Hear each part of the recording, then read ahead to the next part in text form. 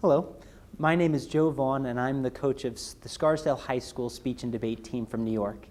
And I'm here to talk to you about one of the debate opportunities available through the National Forensic League, Lincoln Douglas, or LD Debate.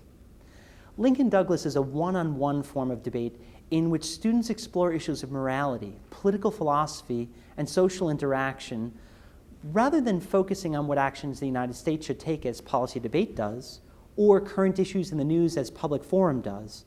Lincoln Douglas debate asks the fundamental theoretical issues that underpin these conflicts and primarily centers itself on a debate of values. Therefore, Lincoln Douglas concerns itself more with what things ought to be or how things should be rather than what is. Just to give you a sense of the types of issues that LD tackles, some recent resolutions have included, resolved, on balance, violent revolution is a just response to political oppression, resolved, a just government should provide health care to its citizens, and resolved, the United States has a moral obligation to promote democratic ideals in other nations. So, as you can see, LD deals with issues of justice, morality, the allocation of rights, and the responsibilities of governmental bodies, among other questions. The LD topics are announced by the NFL on nflline.org about a month in advance of when the students will be debating them, with each topic lasting for 2 months. For each topic, students will be expected during a competition to debate both sides. Therefore, students should research from topic-specific literature and appropriate philosophical texts to prepare arguments both in favor of and against the resolution.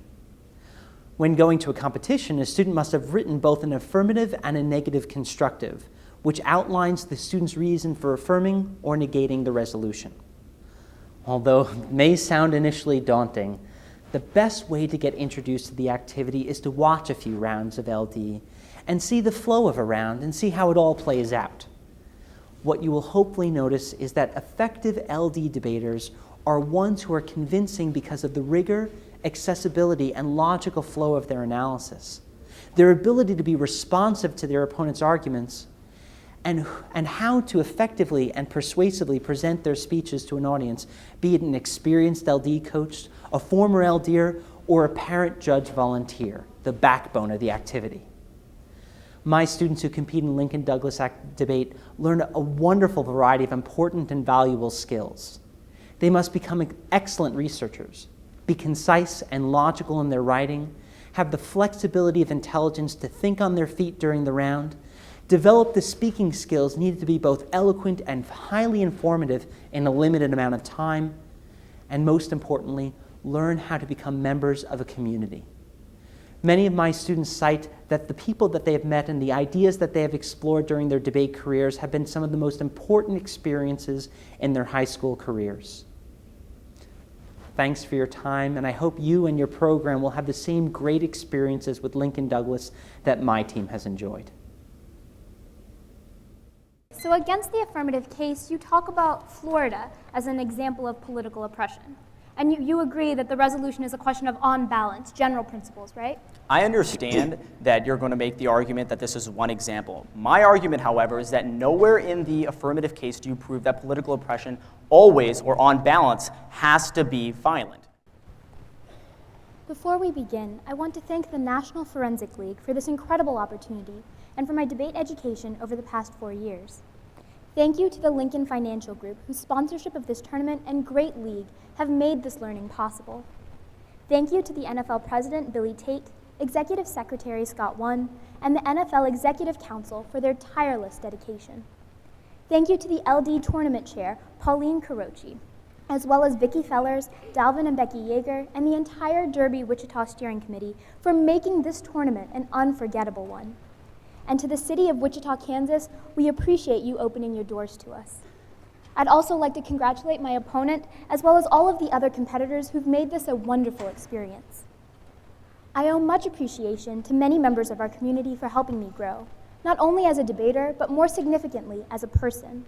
To John Cruz, Mike Beats, and Joe Vaughan, your confidence in me has helped me develop a faith in myself. To my coaches, Stacy Thomas and Tom Evnan, your endless guidance has taught me to always approach challenges in life with perseverance, compassion, and humor. To my Hockey Day teammates, for always supporting me as my family away from home. Thank you. But most importantly, to my grandfather, mother, and father, for their infinite love, support, and understanding, and for always giving me the strength to achieve my goals. To my sister, Shivani, you are my best friend, and I love you. I will always be grateful to have shared the memories of my last debate tournament with you. And finally, thank you to God for his blessing and guidance in my life, and hopefully in the years to come. With that, I would now like to present my affirmative case. Those who deny freedom to others deserve it not for themselves. Because I agree with Abraham Lincoln, I must affirm today's resolution. On balance, violent revolution is a just response to political oppression. To clarify, I'd like to offer two observations. Observation 1 explains the evaluative terms. The qualifier on balance requires an evaluation of general principles. In addition, in the phrase a just response, a, according to the Random House Dictionary, means not any particular one. Given these operational terms, the question for today's debate is if violent revolution should theoretically be included among the legitimate responses to oppression, not if it is the correct response in an isolated situation or categorically the best option. Observation 2 explains the nature of political oppression. Oppression is defined by the Oxford English Dictionary as the prolonged, cruel exercise of authority. The modifier political makes the agent of oppression a government. Political oppression goes beyond the basic restriction of rights because even just states must restrict some degree of autonomy to preserve social welfare. Additionally, all societies can pass bad laws, but if the people have avenues to fix these mistakes, then the system isn't politically oppressive since citizens ultimately have control. Politically oppressed people are denied political rights and thus do not have legal recourse. So oppression has two components. A, it is arbitrary, and B, it is without checks. Finally, Ted Hondrich, philosophy professor at the University College London, defines a violent revolution as an act of considerable or destroying force which is prohibited by law and directed to change a system of government. I value justice, as it is the ultimate good implied by the resolution. While there are different conceptions of justice, all are centrally based on the notion of fairness, and that people should be treated as their actions merit. So justice is defined as giving each their due. The criterion is respecting human dignity, which is the innate worth that separates people from objects. Dignity makes justice meaningful because only beings with worth are due something. For example, it would be absurd to discuss what my water bottle may be due. To respect human worth, citizens must be allowed to exercise their fundamental rights.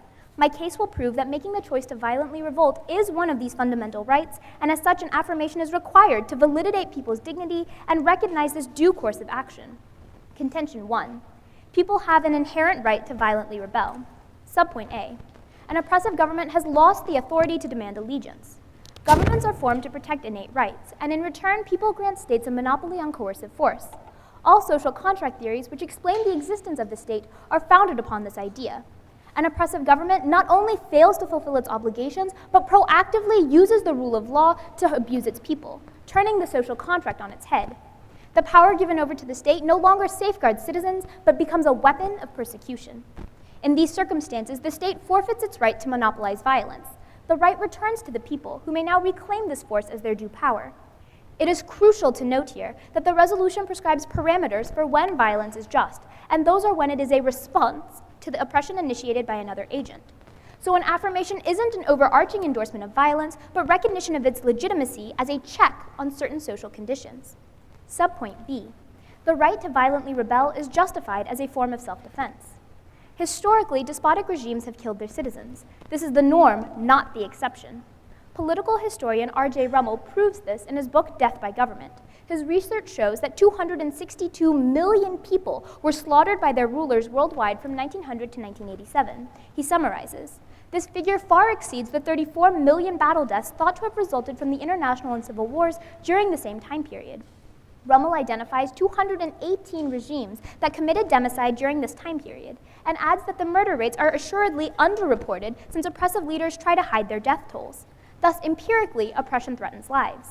To further this point analytically, any right you have in an oppressive regime is bankrupt because it is granted solely on the state's whim. Your life is always threatened since your dignity can be stripped at any time, making all rights insecure.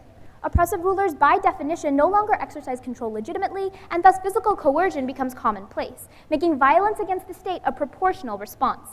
Every person has the right to self-defense when threatened. Just as we cannot condemn the individual use of violence when assaulted, we cannot condemn citizens who use violence for their collective benefit. Both criminals and the oppressor have willfully created a situation in which justice is achieved at their detriment. With these subpoints in mind, violent rebellion is proven in two distinct ways to be an inherent right, as a liberty due to people, and affirmation is already supported since the link to justice is clear. However, I will move on to my next level of analysis, which addresses the practical objections often raised to revolution. Contention 2. Any revolution to restore rights will include violence. Even the two most renowned nonviolent uprisings had some violent support. The Indian independence effort was sparked by the Sepoy Mutiny, a bloody rebellion against the British. Similarly, Malcolm X and the Black Panthers provided the threat of violence that enticed the state to take Martin Luther King seriously during the civil rights movement. King even warned U.S. officials that if they ignored peaceful resistance, they would risk bloody riots, making the fear of violence a powerful negotiating tool. Nonviolence only has any hope of working when targeted against states that are otherwise democratic and worry that a crackdown would undermine their liberal ideology back home. On balance, this is simply not true of oppressive regimes. Even political philosopher Hannah Arendt, who is an advocate of nonviolence, admits this failure and states, if Gandhi had met with a different enemy, Stalin's Russia or Hitler's Germany, instead of England, the outcome would not have been decolonization, but massacre and submission. England had good reasons for their restraint, as they enjoyed domestically the blessings of a constitutional government. A negation guarantees perpetual violations of dignity, since the oppressed people have no pure avenue for change. The only potential for justice is to allow citizens their fundamental right to violently revolt. Thus, I urge an affirmative ballot, and now stand ready for cross-examination.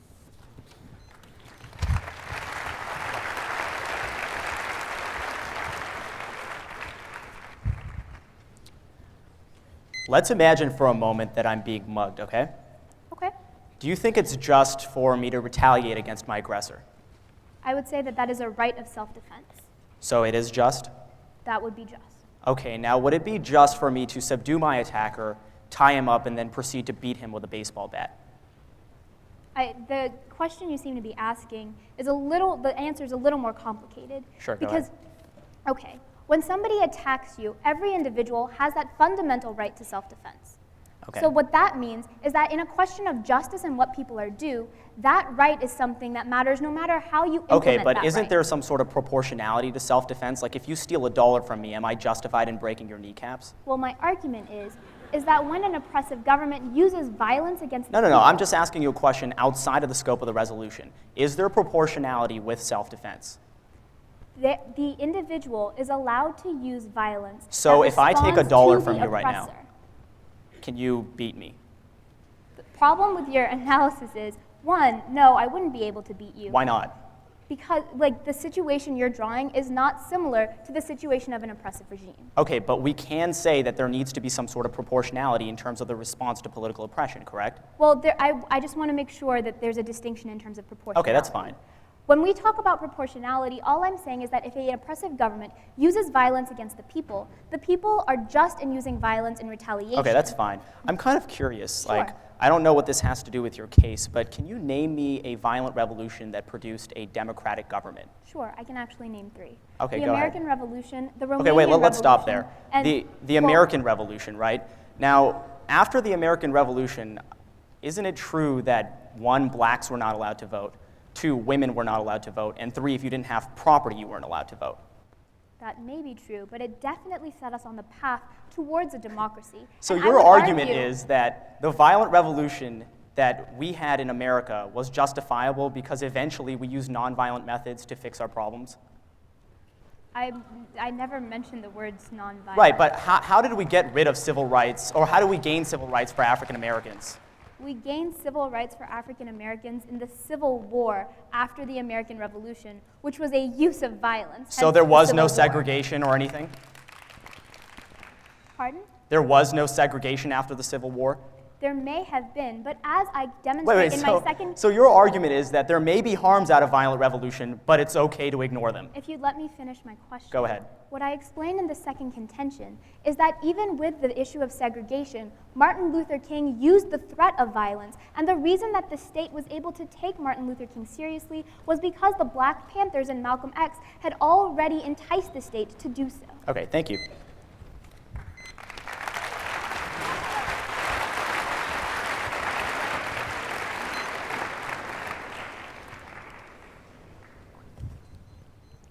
I'd like to take a minute to thank everyone who has helped me get this far.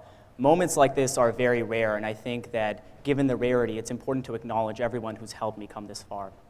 I was thinking about this yesterday, and I realized that since the early stages of my debate career, debate has been really good to me. I've been surrounded by people that I wanted to emulate. For example, my two former coaches were two former national champions, Adam Price and Oscar Schein. And from them I learned that if they were willing to put in hard work into me, all I had to do was follow through. I also want to thank some of my former teammates, people like Michael Josie, Bonin Zhao, Paul Baldo, and my current LD coach, Justin Hinojosa. Justin, I hope that this is proper compensation for all of the red-eye flights and the caffeine that we drank together. And also, I want to thank my family as well for their love and support, and the NFL for providing me with this opportunity. I also think it's important for me to thank my second family, the James Logan High School forensics team. I know that they care for me because all of them are here sitting in the audience listening to two teenagers talk about morality for 45 minutes. Also, I'd like to thank Mr. Lindsay, the head honcho of the family at James Logan High School. I don't know what words I can find to explain how grateful I am for him and what he does for his students. A few years ago, a student explained that even when we don't put 100% into ourselves, Mr. Lindsay puts in 110% into us. So thank you for everything that you've done for me, Mr. Lindsay, and I hope that I can make you proud. And with that, I'm going to read over the negative case and then go on to refute the affirmative.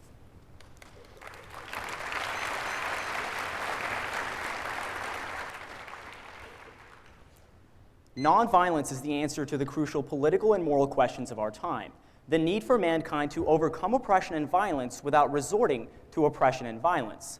Because I agree with Dr. Martin Luther King Jr. that violence is not the answer, I negate the resolution that, on balance, violent revolution is a just response to political oppression. Since the resolution questions the justness of violent revolution, the highest value for the round must be justice, defined as giving each their due. All humans are fundamentally due basic rights and liberties, the clearest of which being the freedom from unjustified harm. We would never condone that an innocent person be subjugated to a violation of freedoms, just as we would object to excessive sanctions meted out for petty crimes. Human beings, as the ultimate component of morality and justice, are intrinsically due dignity and respect. This is why it is permissible for me to use violence to fend off a dangerous mugger, but I'm not justified in torturing her after she has been subdued. By causing unnecessary harm, I have fundamentally disrespected the rights and humanity of the person I attack. Respect for individuals, thus, requires that we attempt, as much as is humanly possible, to refrain from bringing about unnecessary suffering. Thus, the value criterion for justice is the prevention of unnecessary suffering. It is the thesis and sole contention of the negative that violent revolutions produce unnecessary suffering because of the existence of nonviolent alternatives. First, nonviolent change increases the power and popularity of the revolution. Refraining from violence grants the revolutionaries the moral high ground, which aids in recruiting additional revolutionaries. This allows nonviolent revolutionaries to co-opt the vast power of the military. Ultimately, soldiers are just people, and when they're shot at, their natural inclination is to shoot back. But historically, nonviolent movements have posed the military with a moral dilemma that often helps the nonviolent revolution.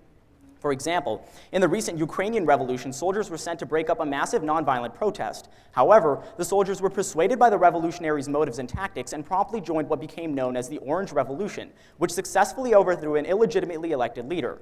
Violent revolution, on the other hand, escalates the violence of the state by giving it grounds to argue that its oppression is meant to stop chaos and safeguard the peace.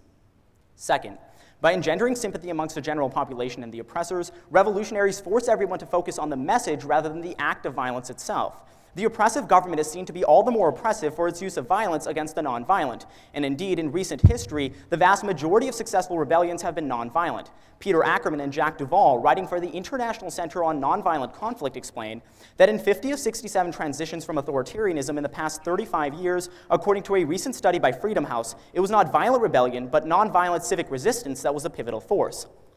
Nonviolence, with its dedication to reason, diplomacy, and democracy, is the only method of rebellion which can ever hope to establish a just state based on democratic ideals. The implication of the negative case is twofold. First, even if you believe that my opponent's criterion is the weighing mechanism in the round, I meet it better because I provide that end without looking to unnecessary suffering. Additionally, you can vote negative based solely on the negative case. I'm not providing an alternative. I'm providing an alternative that doesn't have to harm people. If we can choose between violence and nonviolence, we always have to choose the latter. Otherwise, we're going to be unnecessarily harming the rights of innocent people. Now let's move on to the affirmative case. There's something really important to understand about the affirmative case. She's talking to you about how violent revolution can be necessary, but that doesn't explain why it's justified. For example, we can agree that sometimes killing is necessary, but we always say that killing is not justified. In self-defense, it might be necessary, so the conclusion then is that killing is permissible. In the same way, violent revolution is permissible. So even if my opponent is winning every single argument on her side of the flow, you're still going to vote negative because she's not proving the burden of the resolution. She's proving to you that violent revolution is permissible in certain situations, not that it's justified. Additionally, you can look to her definition of political oppression. There's a problem. While there are definitely severe cases of political oppression, my opponent fails to take into account the totality of the resolution. For example, in the year 2000, in Florida, some people were not allowed to vote. That was political oppression, but it clearly was not harsh enough to call on the citizenry to pick up weapons and dismantle the government. There are clearly non-violent methods, so you ought to err on the side of caution and vote negative, because at least that way, we don't allow violence to be a tool in the arsenal of a revolutionary. Then you can look to the argument that she makes in the second contention, and this is very important. She says that the threat of violence is tantamount to violent revolution. This doesn't make sense, because if the framers of the resolution wanted to talk about the threat of violent revolution, then they would have inserted the word threat. So I would argue that the threat of violent revolution is not a way that you can affirm the resolution. Additionally, the threat of violent revolution exists when you vote negative as well. We classify it as unjust, but people can still threaten the government with violent revolution. Now you can look to her standard. There's a few problems with her standard. The first problem is that she's telling you that we're only looking at whether or not violent revolution as an idea is justifiable. But if we know that violent revolution is going to produce harms, then we wouldn't say that it's justifiable. We know the history of violent revolution. We know that it harms innocents, and it is generally unsuccessful. Given this knowledge, we can't say that violent revolutionaries are idealistically charging in and all innocent deaths are incidental. By knowingly engaging in acts that produce undesirable results, the revolutionaries intend to do harm. Additionally, she contradicts herself, and this is very important. She says in her criterion that we need to respect human dignity, but violent revolution necessarily requires violating human dignity in the short run to have long-term benefits. For example, we're going to have to hurt innocent people to have some benefits at the end of the day. Moreover, this criterion is ends-based. She has the burden of proving that violent revolution can actually succeed, otherwise you never know whether or not she's respecting human dignity. First, the use of violence, especially by ideological revolutionaries, tends to produce what is often euphemistically referred to as collateral damage. This is the argument I made earlier. Insofar as violent revolutionaries have this idea that the ends justify the means, they're allowed to violate innocents' rights. Second, violent revolution tends overwhelmingly to produce undemocratic and oppressive regimes. The problem with violent revolutions is that the revolutionaries do not put down their guns. While violent revolution may be an expedient means of removing a government from power, it also establishes a culture in society in which extra-political methods are an adequate means of creating social change. Finally, Peter Ackerman and Jack Duvall explain that because of the nature of the state, violent revolution is unlikely to succeed. In a contest of violence against violence, the superiority of the government has always been absolute. People who choose guns and bombs as the way to rise up will find that the regimes they attack have far more experience in such contests, which means that at the end of the day, violent revolution will not be successful, so she won't be protecting human rights. Then you can look to her first contention. While she's talking about the social contract, she forgets that the social contract doesn't allow for the innocents and their rights to be trampled upon.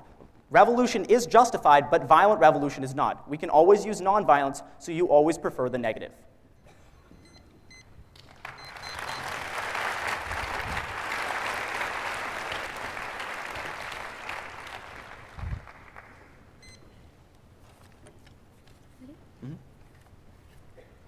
Okay, so against the affirmative case, you talk about Florida as an example of political oppression. And you agree that the resolution is a question of on balance, general principles, right? I understand that you're going to make the argument that this is one example. My argument, however, is that nowhere in the affirmative case do you prove that political oppression always, or on balance, has to be violent. Okay, but just answer my question, please. So would you say Florida is the norm for political oppression? No, but I also would say that the so political oppression... So it's not the norm for political oppression? Can I answer the question? Sure. Okay. I would say that the cases of political oppression that you cite in your case are not the norm for political oppression. So likewise, if you're going to reject my example of what political oppression is, we ought to reject yours as well because it's also one-sided. Okay. Now let's go to the negative case. You talk about the idea that if there's unnecessary suffering involved, that's unjust. Right. Okay, but let's say a lifeguard on duty sees a child drowning in the ocean or the pool or wherever they may be. Okay. And tries to save that child's life. Perhaps the lifeguard fails, but was the attempt to try and save that life unjust?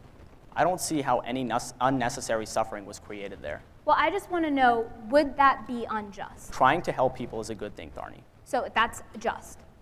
It's a good thing, yes, it's just, but Okay. I don't see why that creates unnecessary suffering. Okay, and now your criterion is the prevention of unnecessary suffering. Right. So necessary suffering then is just. No, it's permissible. That's the argument I made against the affirmative case, and it's also in the But negative in case. your own criterial analysis, which has to have a connection to justice, you talk about unnecessary versus necessity. Tharni, So if you're justice is not a binary. If something is unnecessary, that doesn't make it necessary. It could also be permissible. I spent a lot of time against the affirmative case explaining why that's true. So then why, if something is unnecessary, is that unjust? Because it's creating unnecessary suffering. That was simply a repetition of my question. My question No, it's is, the answer to your question, because No. there's never necessary suffering. If it's unnecessary suffering, it's unjust. If it's necessary suffering, it's permissible. Why? I explained that we have this general norm that killing is wrong. We never say that killing is justified. We say that killing is permissible in certain situations, which is what you bring up in your case, in So terms we of would say self-defense. that an act of self-defense is simply permissible, it is not just. Yeah, I wouldn't want to tell my kids that killing is justified. So when somebody is assaulted on the street and is protecting their life, they are unjust in doing so. No, they are committing a permissible act. Sure, but you're saying that permissibility is different from justice. But that and that if doesn't make something it is that doesn't make it permissible, injustice. That would be unjust. That doesn't make it injustice. We can call it ajust. In terms Dude, of- guys, language is fluid. I can make up whatever. Okay, so then what are the necessary conditions for justice? I don't know what the necessary conditions are. My argument is that you're not meeting the condition that if you're creating unnecessary suffering, it's unjustified. I have to negate the resolution.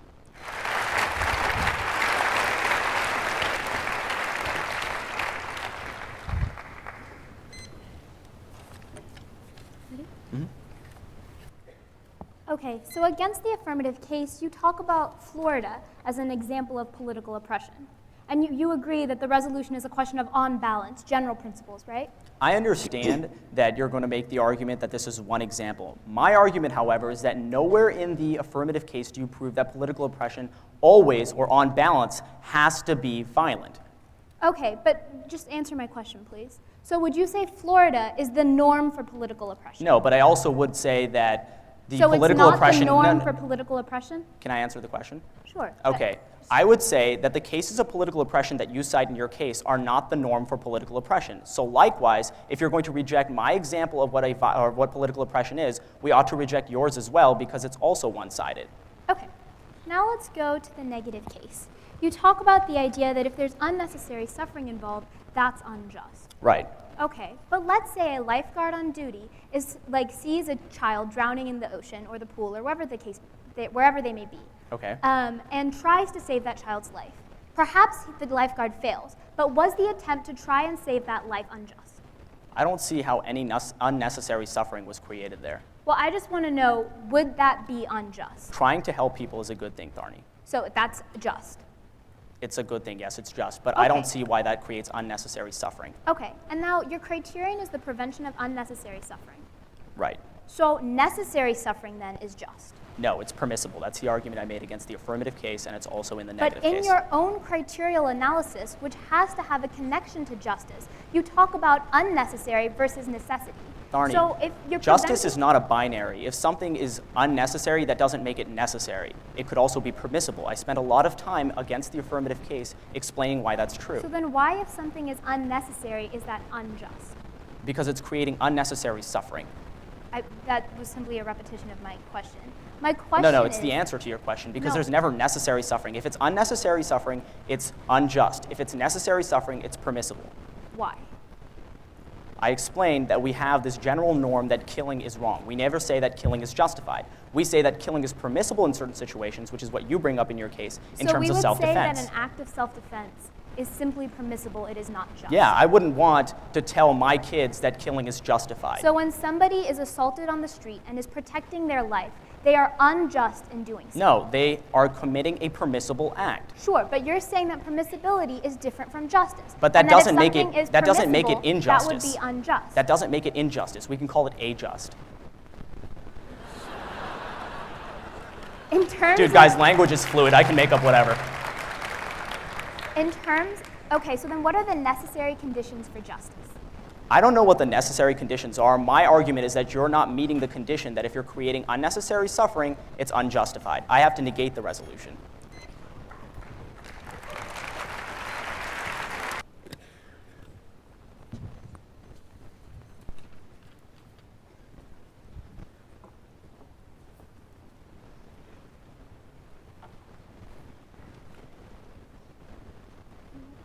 Judges already? Let's go to the negative criterion. His criterion is the prevention of unnecessary suffering. And as we discuss in cross-examination, it has a clear link to justice, which means that if he's preventing necessary suffering, that would be unjust. When he uses the own words necessary and unnecessary within his criterion, he himself is establishing a link between what would be necessary suffering and justice. However, my opponent fails to draw a distinction in how we determine what is necessary suffering. In the affirmative case, since we both agree that justice is defined as giving each their due, if human dignity and preserving human dignity is a necessity in terms of achieving justice, then it is just. But he also fundamentally mishandles the affirmative criterion when he fails to explain that if violent revolution is a fundamental right, then it respects individuals' dignity and thus it is a due thing to the people. He's fundamentally mishandled that. So, the reason you care about preventing unnecessary suffering is due to a conception of human dignity, and the way we protect human dignity is through the protection of fundamental rights. So then you can go to the affirmative case. First of all, he says that I only explain why it's justified and not necessary. The problem is that if it is necessary in order to achieve justice, it is a part of justice and thus is just. So then we can go to observation 2, which is the part where we talk about what political oppression is. He says that I'm not encompassing for the totality of the resolution. The problem is in cross-examination, he tells me that his example of Florida is not the norm of what political oppression is. Rather, I would say that political oppression is where people have no political rights, so it is both arbitrary and has no checks. But when you get to contention 1 subpoint B, I give you analysis by Rummel that says 218 regimes worldwide say that political oppression is killing of its citizens, which is clearly on balance, meaning that political oppression is violence against its own people. So, what that means is that, back up into the criterion, if I respect human dignity by showing that violent revolution is a fundamental right, then it is just. He only makes a few answers to it, 2 of which say that if violent revolution produces harms and it harms innocents, then it's unjust. But in cross-examination, I ask him, if a lifeguard were to try and save a life and may fail in saving that life, the action of trying to save that life was still unjust, meaning that the end consequences of an action are not what determine the justness of an action, but rather simply the action in and of itself. So he's defeated his own arguments to my criterion with his concession in cross-examination. All of his other arguments talk about how violent revolution violates human dignity in the short term and that violent revolution doesn't actually succeed. But remember, I don't have to show you whether it succeeds or not, simply whether or not violent revolution is a fundamental right. So this is where you're going to come to subpoint B, which is conceded completely.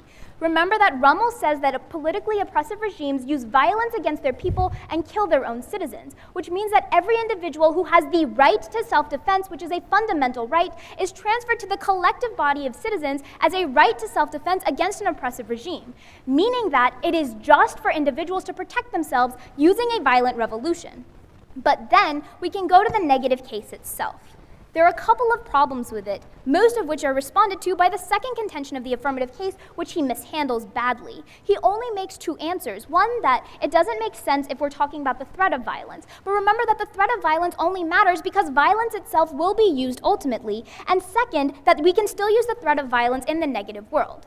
In the negative world, because he's saying he's preventing unnecessary suffering through nonviolence, at the point where nonviolence is only effective through the use of violence, then it is just through a violent revolution, which is specifically what my second contention outlines, that both in terms of Gandhi and Martin Luther King, the only reason they were successful is because of violent revolution. His own analysis explains in the Orange Revolution that that was within a democratic regime, which on balance is not an oppressive government, and that nonviolence was only pivotal. It was not the only thing that allowed the revolution to be successful. Thus, I affirm.